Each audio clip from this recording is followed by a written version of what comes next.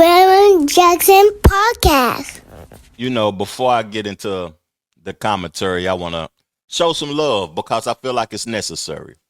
You know, Jim Jones created his own podcast, Artist to Artist.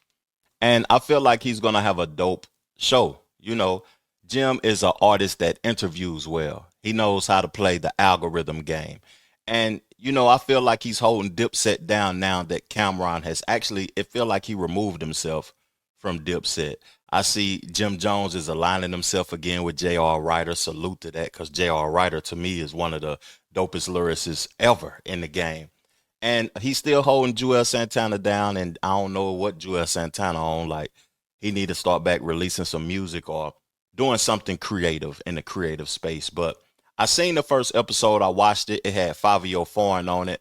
Fivio is an artist that, you know, he's a dope artist also, though, but I feel like he didn't hold up to what the expectations was, because people was viewing him as saving that New York drill sound after the death of Pop Smoke. You know, he released the album Bible, and it had a ton of features on it. And I feel like the features held him down. I listened to that album, and it just wasn't cohesive to me.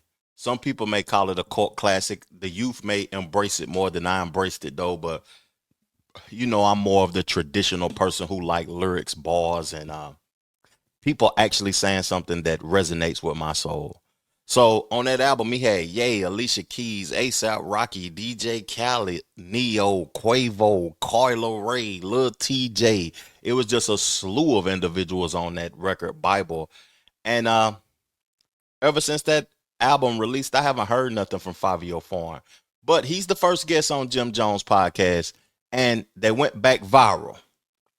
You know, oh man, went back viral with the blasphemous. But look what I just went through with the whole Nas situation and shit like that. You heard, like, it's me being me, but I know how to twist. I do these things to better than I. I'm gonna tell you why. No, let's not. Can I just say why? All right, let me just say one thing. What I feel.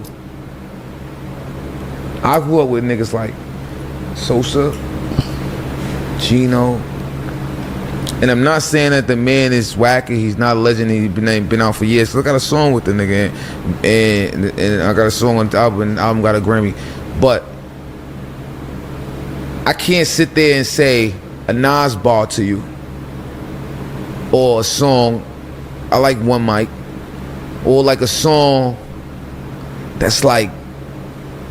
But I can. It's just not me. So, but I understand. So that's what I want the people to know. Like, but I can, cause Nas was my era. You understand what I'm saying? Like, Nas was my era. Like I came up fucking with Nas. Like, we knew. I know the Nas shit.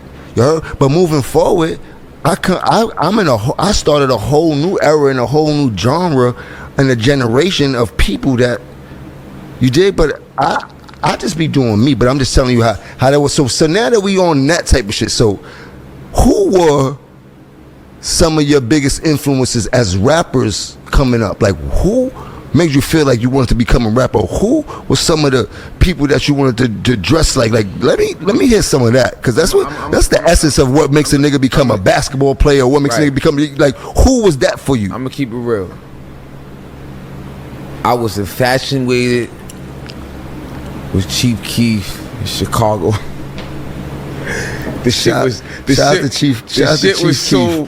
It was just like, it was crazy. I liked it. Meek Mills, Pain was crazy. I loved Dipset, Jim Jones, Joel Santana. Thank you. No lie. You know what I'm saying? Like, we was like, when we was young. Well, Gino was Joel's. They used to call me Duke the God. Shouts to Duke the God. Shouts to the whole set, man. Shouts to Killer. Shouts to Freaky. Shouts to Joel. Shouts to Duke the God, Black and Dawn, the whole gang, everybody saw. Hood shit. And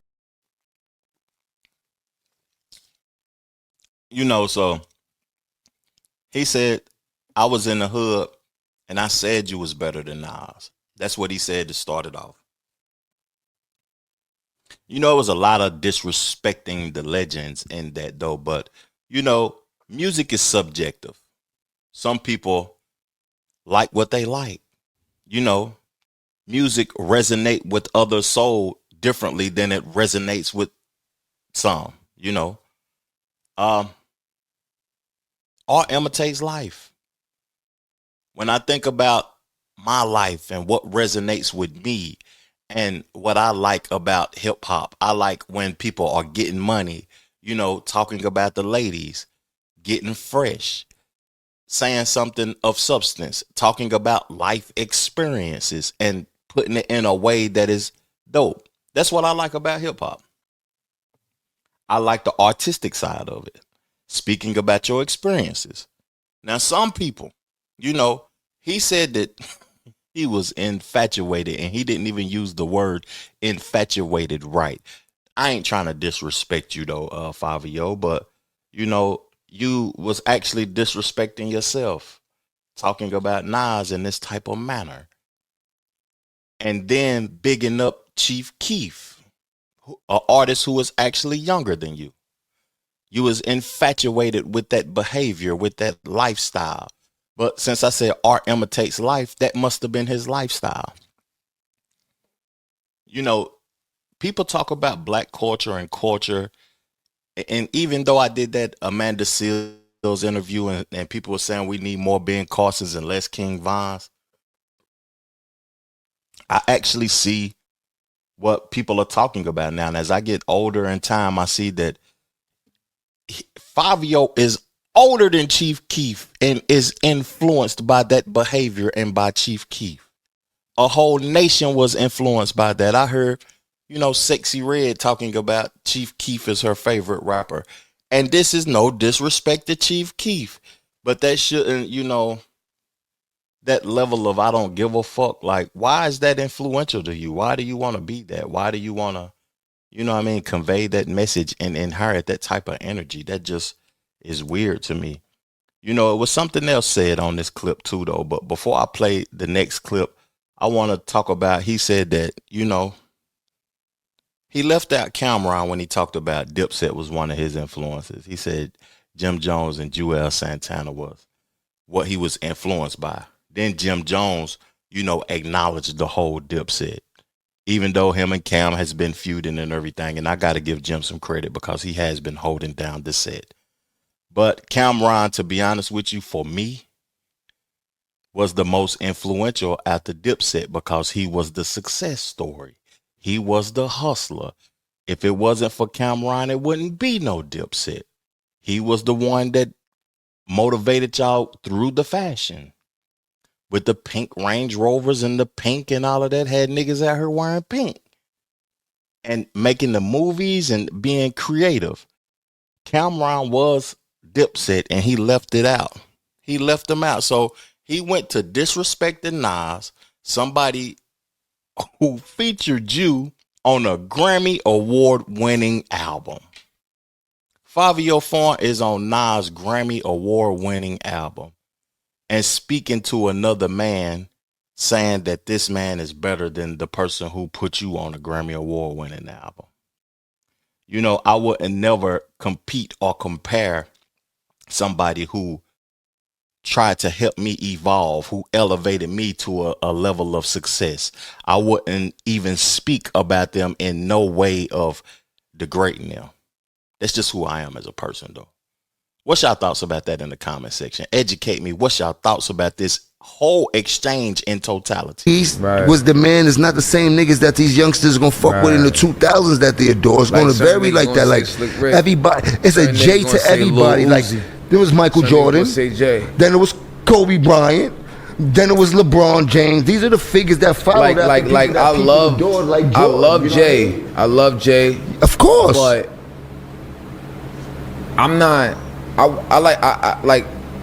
when I started getting music and buying albums, and I didn't even buy it, but I listened to the Black album. That's like the one he retired with. That's like one of his later albums in his career. So it's like his. You caught him on a go out, right? So it's like you can't even expect people to really like, cause I'm older too, yeah, and I caught him on a go out. Mm-hmm. So the niggas I'm relating to is like 30 and younger, so they not they don't really understand a 100%. Jay. They just know because everybody says it.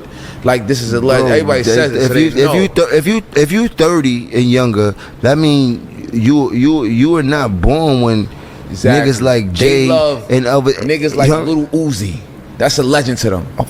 And that's how time changed. Facts. And I take that away and I Lil believe Uzi's a that. legend. And I believe that. That's why I never hate on what people say, like when they be like clashing, like, oh, Drake is not better than Hov. Like, yeah, he is to a certain generation of people. And not taking away nothing from Hov because he got the Michael Jackson status. I mean Michael Jordan status. Well, Michael Jackson too, but Michael Jordan status. Even like the Michael Jackson and Chris Brown, like, can't take nothing away from Michael Jackson.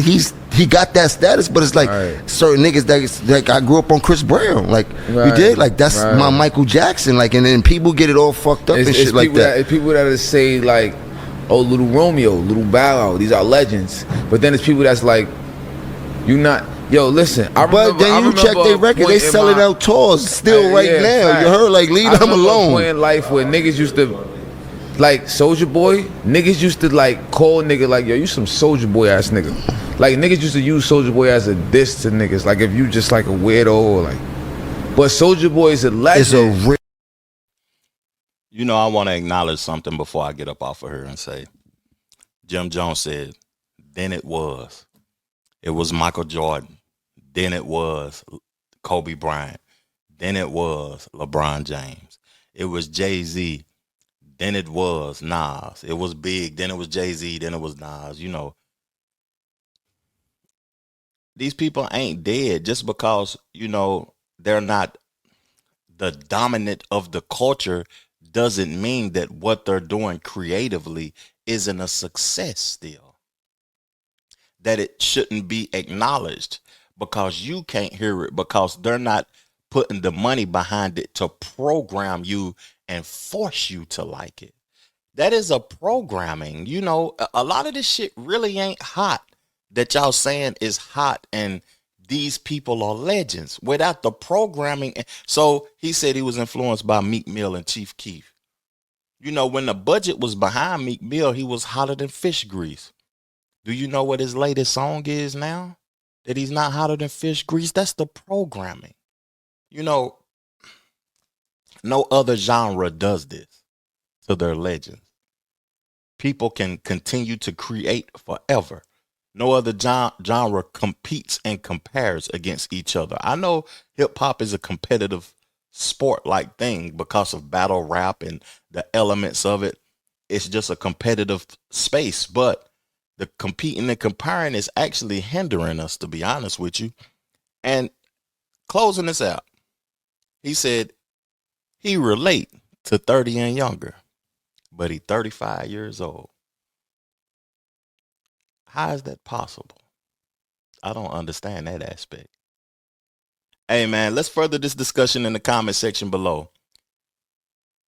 That folks gotta, if you ain't, you know, keep Nas' name at your mouth. Keep Nas' name at your mouth. Real talk, man. Keep the God name at your mouth. He's having probably one of the best years of his career right now, and his album ain't even dropped yet. Phenomenal verse on Slick Rick album. Phenomenal verse on Raekwon and Chef album. Phenomenal verse on the Clips album. This weekend, he gonna be on Ghostface Supreme Clientele too. And he's gonna release his project soon. You know, keep the God's name at your mouth, big dog. Real spill. Appreciate y'all for tuning in to my show, though. Let's further the discussion in the comment section below. I'm at this thing, man. Peace, love, plenty of abundance. Make sure you go get you some money, and I'm gone.